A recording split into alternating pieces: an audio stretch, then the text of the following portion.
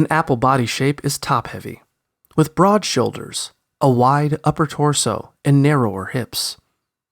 To flatter an apple body shape, avoid outfits that draw attention to your middle, such as belted tops or low-cut pants. Instead, pick items that put the focus on your bust area.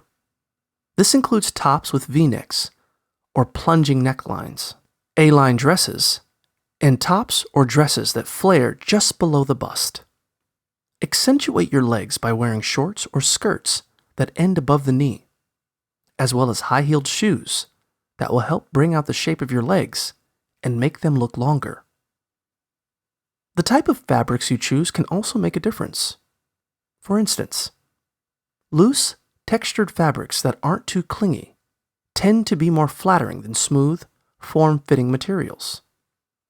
Complete your outfit with a structured jacket that ends above your knees to help define your waist and bring out the curves of your bust and hips.